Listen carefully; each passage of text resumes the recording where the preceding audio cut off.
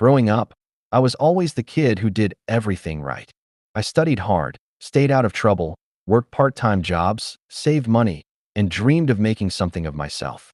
My younger sister, on the other hand, let's call her Rachel, was the opposite. She was the golden child despite constantly screwing up. Every time she failed, my parents spun it into, she just needs a second chance. Meanwhile, when I succeeded, it was either ignored or downplayed. The first real slap in the face happened when Rachel dropped out of college. She'd partied too hard, skipped classes, and basically wasted an entire semester's worth of tuition. My parents were devastated at first, or so I thought. But instead of holding her accountable, they decided she needed a fresh start. Their version of that? Buying her a condo near campus so she could focus without distractions. I was floored. A condo. At 21, I was living in a rundown apartment with two roommates, working nights at a diner, and stressing about how to afford next semester's tuition. When I asked my parents if they could help me even a little, just enough to cover books or partial tuition, they shut me down instantly. My dad said, "Stop asking for handouts. You're an adult now. Learn responsibility." The irony of them saying that while literally handing my sister a condo made me want to scream. I swallowed it, though.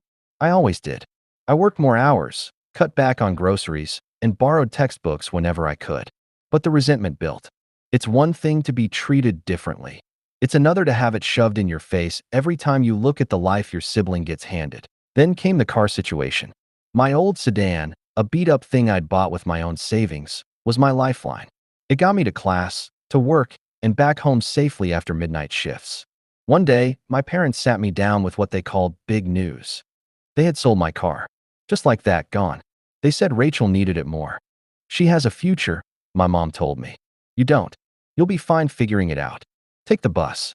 I remember sitting there in disbelief, staring at them like they were strangers. I wanted to scream that I did have a future, that I was working my ass off for it. But to them, Rachel's potential, no matter how many times she failed, always outweighed my actual achievements. I had to quit one of my jobs because I couldn't make the commute anymore.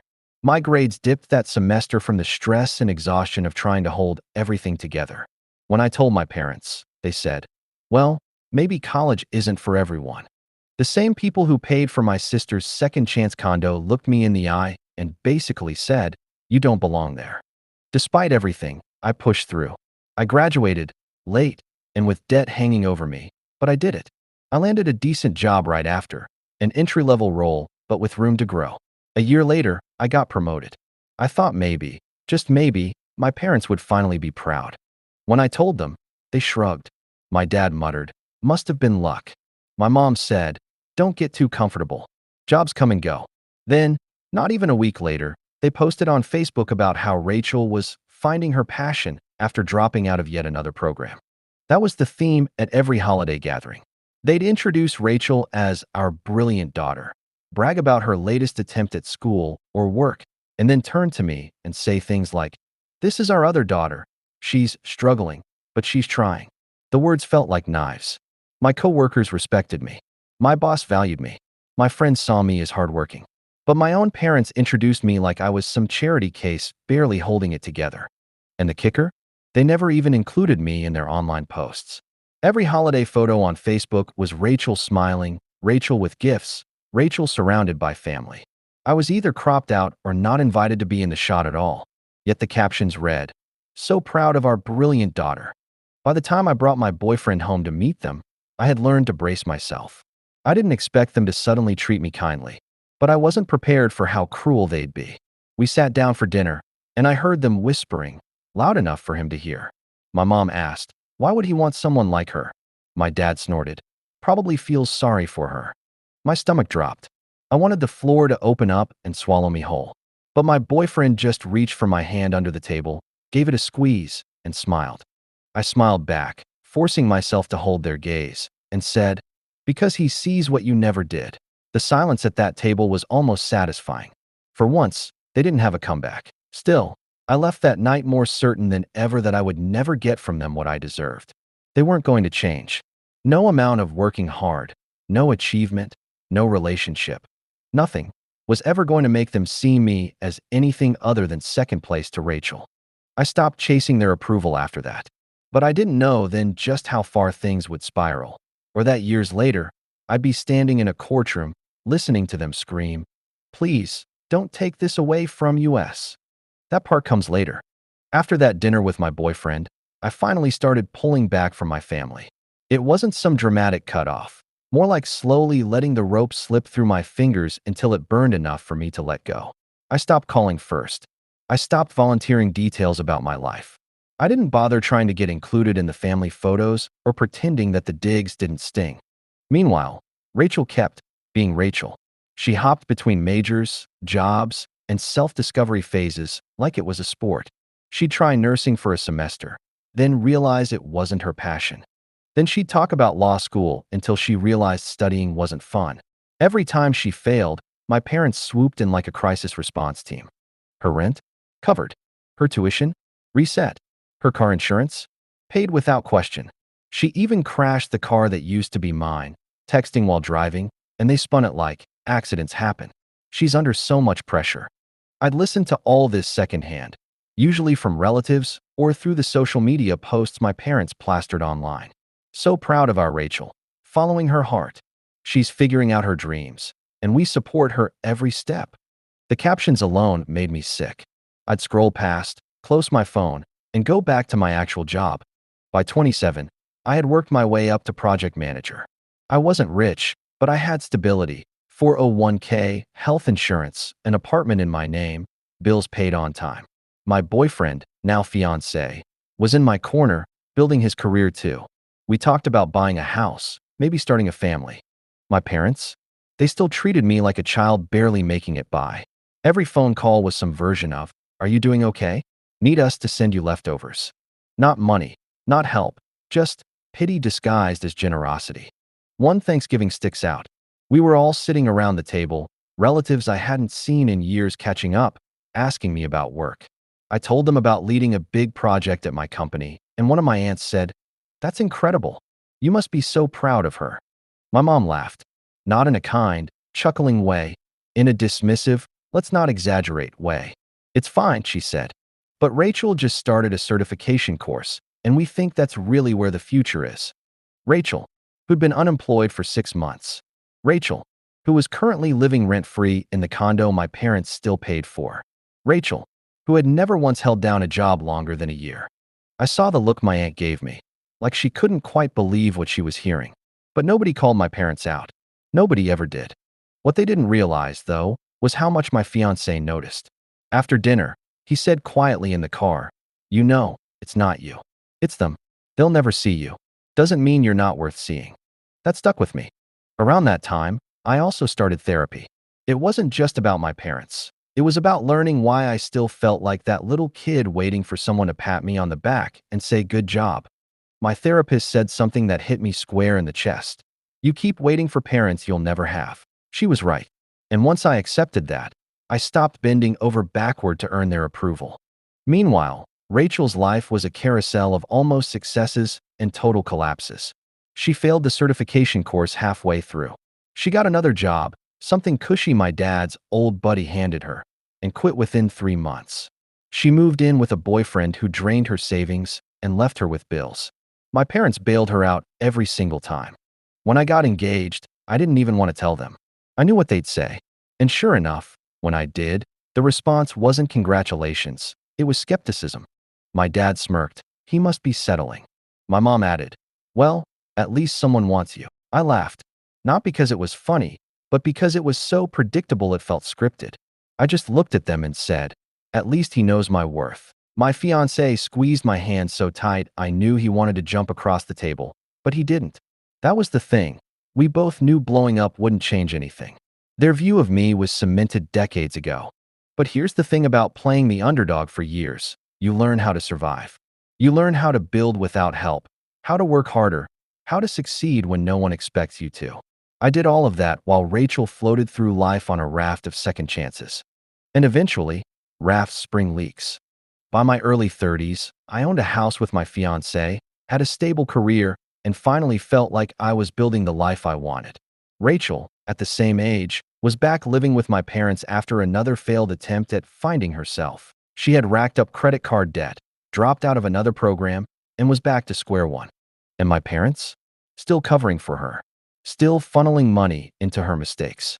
Still posting photos of her like she was the shining jewel of the family. So proud of our brilliant daughter. Except cracks were starting to show. Relatives who once praised Rachel started asking quiet questions. How is she still in school? Does she even work? Didn't you say last year she was about to graduate? My parents brushed it off, but I could see the embarrassment creep in. It was the first time I realized their perfect little narrative wasn't going to hold forever. At that point, I wasn't plotting revenge. I wasn't dreaming of courtrooms or takedowns. I just wanted peace. But peace wasn't possible when they kept pulling me back into their circus. Usually with some insult wrapped in fake concern, or some reminder that no matter what I did, Rachel would always be the one they praised. What I didn't know was that everything was about to unravel for them. And when it did, they'd end up in front of me, desperate, begging, screaming in a courtroom. Please, don't take this away from us. But that was still a few years away. By the time I hit my early 30s, I had something my parents never thought I'd manage: stability. My fiancée and I bought a modest 3-bedroom house in a quiet neighborhood, the kind with kids riding bikes outside and neighbors who actually waved when you drove by. I had carved out a career I was proud of, even if my parents pretended it was some fluke. I had savings, a routine, and a sense of calm I'd never had growing up. Rachel, meanwhile, was still floundering. She was 31 and living back at my parents' house. They'd poured money into another round of classes for her, which she abandoned halfway through because she didn't connect with the material. She had 3 maxed-out credit cards and a trail of broken relationships. Still, my parents clung to the narrative. Rachel was brilliant, misunderstood, destined for greatness if only the world would give her a fair shot. They never noticed how their golden child treated them. Rachel would scream at my mom when she didn't like dinner. She'd roll her eyes when my dad asked her about work. She borrowed money and never paid it back. But my parents excused all of it. She's under pressure. She just needs time. The funny part? They were getting tired. I could see it. My dad's hair thinned, his shoulders slumped. My mom's cheerful Facebook posts looked forced, like she was trying to convince herself as much as everyone else. They had spent decades carrying Rachel, and their backs were starting to break. The turning point came with money. My dad had been dipping into his retirement fund to cover Rachel's expenses, something I only found out through a slip from my aunt. Your dad mentioned they're worried about bills, she said casually one afternoon. Didn't he already retire once? I froze. I had no idea. And when I confronted my mom, she brushed it off. It's nothing you need to worry about. We're helping Rachel get back on track. I wanted to scream, what about helping me? But I bit my tongue. By then, I knew there was no point. What stung most wasn't just the financial favoritism. It was the continued disrespect. That Christmas, they once again introduced me to distant relatives as our other daughter. She's trying. They bragged about Rachel's entrepreneurial spirit because she had started selling candles on Etsy. I had just closed on a major contract at work that would guarantee job security for my team for years, and they didn't even mention it. But my fiancé, he mentioned it. Loudly. Actually, she just spearheaded a $1 million deal, he said across the table. Her company trusts her with more than most people twice her age. The silence that followed was thick.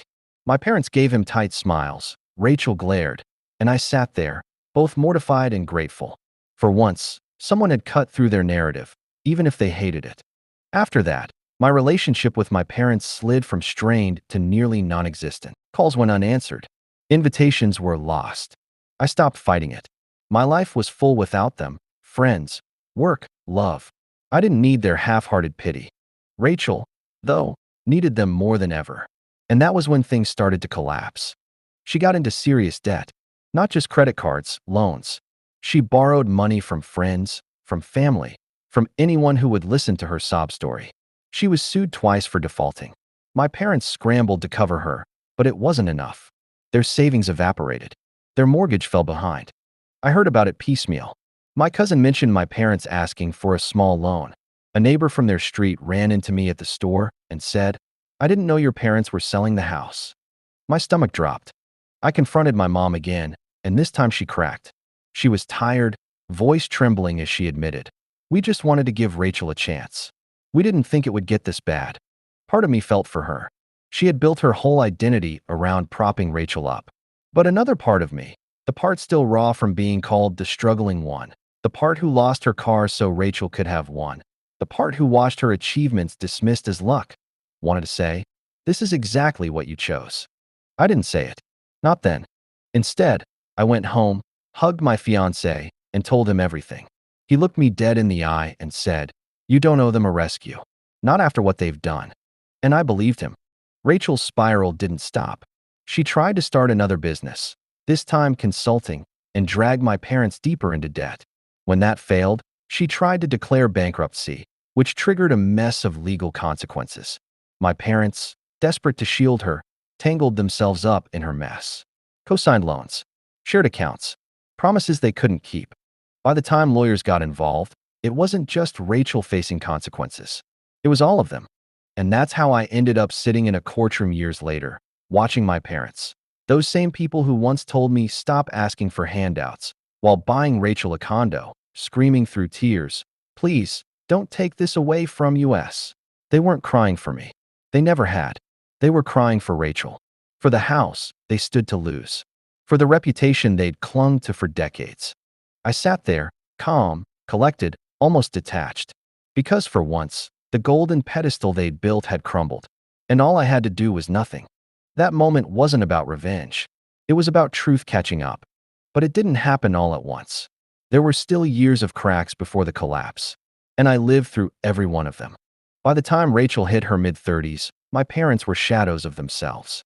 The constant bailouts, the endless second chances, the financial juggling, it had all caught up. They looked worn, older than their years. But even then, they clung to the same script. Rachel was their brilliant daughter who just needed a break, and I was the one who got lucky with stability. I had stopped visiting regularly, but I still heard the updates through relatives. "Rachel's trying something new," they'd say. "Your parents are so supportive." Supportive, sure. Supportive enough to drain their retirement, max out credit lines, and mortgage the house they once bragged about paying off. One day, out of the blue, my mom called. That in itself was unusual. I'd gone months without hearing from her. She started with small talk, but I knew it was building up to something. Sure enough, she finally sighed and said, "We're in a bit of a situation. Could you help out? Just until things settle?" I almost laughed. Help out? The same woman who once told me, "Stop asking for handouts," was now asking me for money. I said no. Calm, firm, no excuses. Just, "I can't do that." Her tone sharpened immediately. "So you'd let your own parents struggle?" I bit back the anger rising in my chest. "You made your choices. You didn't want to help me. You wanted to pour everything into Rachel. That's on you." There was silence on the line, heavy and sharp.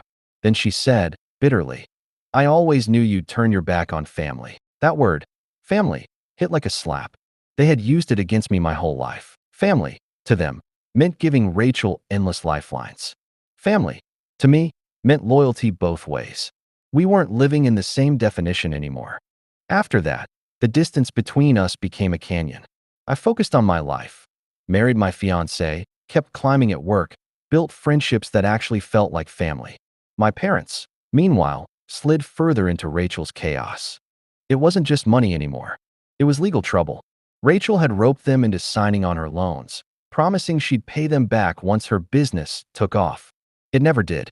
Debt collectors started circling. Lawsuits followed. I found out through a cousin that my parents' house was in foreclosure.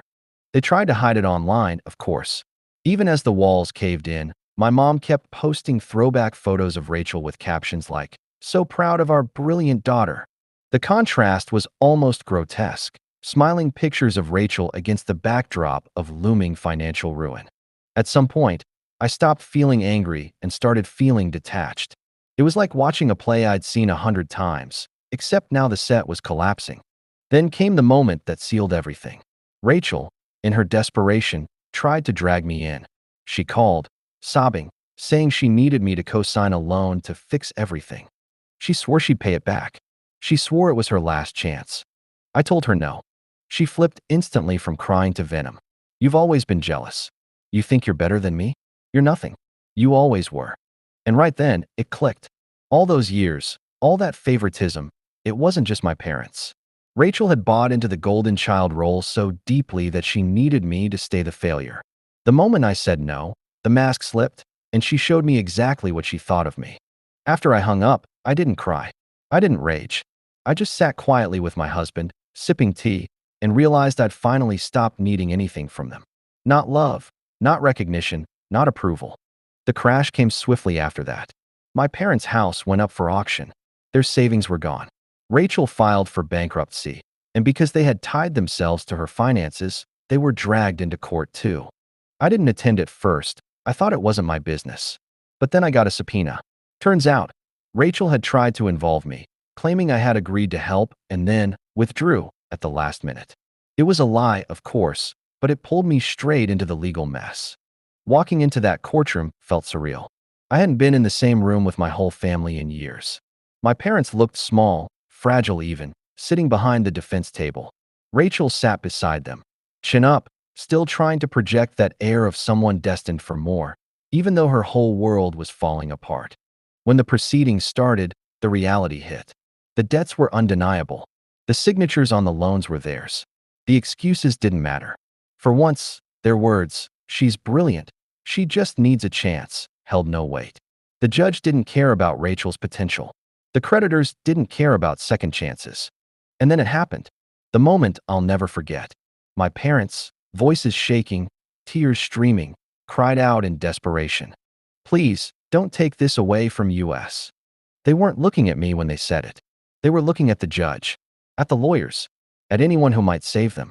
But sitting there, watching, it felt like the universe itself was finally holding them accountable. For years, I had been the one begging for help with tuition, for fairness, for even the smallest acknowledgement. And every time, I was told no. I was told to stop asking for handouts, to toughen up, to accept that Rachel's future mattered more than mine. Now the roles were reversed, and I wasn't the one with power. I was just a witness. But there was something undeniably poetic in watching the same people who dismissed my needs now reduced to begging. It didn't make me happy. It didn't heal the wounds. But it did something else. It closed the book. For the first time in my life, I felt like their story wasn't mine to carry anymore. The courtroom wasn't the end, not exactly. But it was the breaking point. And in that moment, I knew nothing between us would ever be the same again. After the court case, I thought I'd feel triumphant. I thought maybe there'd be some satisfaction in watching my parents face the collapse they'd chosen with such devotion. But the truth? I just felt hollow. Their house was gone within months. The bank took it, and with nowhere else to go, my parents ended up in a cramped apartment across town. Rachel bounced between boyfriends' couches, always scheming about her next big break. The proud family that once introduced me as the struggling one and boasted about their brilliant daughter was now stripped bare, their secrets out in the open. Relatives stopped buying into the golden child story. The same aunts and uncles who used to nod politely about Rachel's potential started whispering. Can you believe they let it get this far? My parents avoided family gatherings altogether. Without the shiny veneer of success, they had nothing to hide behind. Meanwhile, my life moved forward. My husband and I bought a bigger house. I got another promotion, and this time, instead of calling my parents, I celebrated with people who genuinely cared, friends who had become like siblings, co-workers who respected me, and my husband who looked at me like I was capable of anything. But the story wasn't over. My parents tried to reel me back in. One night, I got a voicemail from my mom, her voice cracking. "We made mistakes, but we're still your parents. Don't abandon us now." The guilt hit me like a wave. I sat there, phone in hand, hearing her desperation.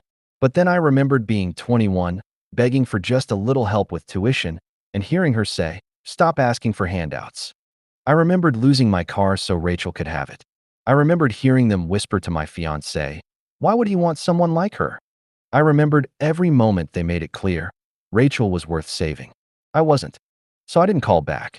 Eventually, they asked to meet. Against my better judgment, I agreed.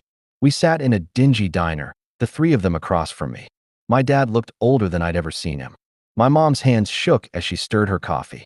Rachel avoided my eyes, fiddling with her phone. My mom started. "We know we weren't perfect parents." I cut her off. "You weren't parents to me at all. You were cheerleaders for Rachel and critics for me." My dad sighed, rubbing his forehead. "We just wanted to give her a future. And you thought I didn't deserve one?" My voice cracked despite myself. "You sold my car. You called my promotion luck. You told me I'd be fine without college. Do you have any idea how hard I worked just to survive while you handed everything to her?" For once, they didn't have an excuse. They sat in silence, the weight of it pressing against the table between us. Rachel finally scoffed. "Oh my God, are you still hung up on that? You've always been so dramatic. You're fine now, aren't you? So what's the big deal?" I stared at her, stunned by the audacity. Then I laughed. Not because it was funny, but because it was the most honest thing she'd ever said. To Rachel, my entire life of struggle was nothing more than me being dramatic. I stood up. My hands were steady, my voice calm. "You're right. I am fine. But you're not. And neither are they. And that's the difference. You were given everything and still ended up here. I was given nothing, and I built a life. That's the big deal." I left them sitting there, stunned. That was the last real conversation we ever had. Over time, the calls and messages slowed. They realized I wasn't coming to rescue them, wasn't going to be their safety net after they burned through everything on Rachel. And honestly, that silence was the peace I had been waiting for my whole life. Years later, when I look back, it's not the courtroom moment or the diner confrontation that sticks with me most. It's the little things. It's my husband telling me, "They'll never see you, but I do." It's my boss saying, "We trust you with this project because you've earned it." It's my friends cheering when I got promoted, when I bought my house, when I built a life. All the things my parents denied me, I found elsewhere. Sometimes people ask if I regret not helping them when everything fell apart. I don't, because helping them would have meant sacrificing myself again. It would have meant repeating the same cycle where Rachel was carried and I was left behind. And I promised myself I'd never go back to that place. The truth is, I did take something away from them. Not their house, not their money, not even Rachel's future. I took away the one thing they relied on, my silence. I stopped being the quiet, invisible daughter who endured their favoritism without a word. I spoke the truth, I walked away, and I lived.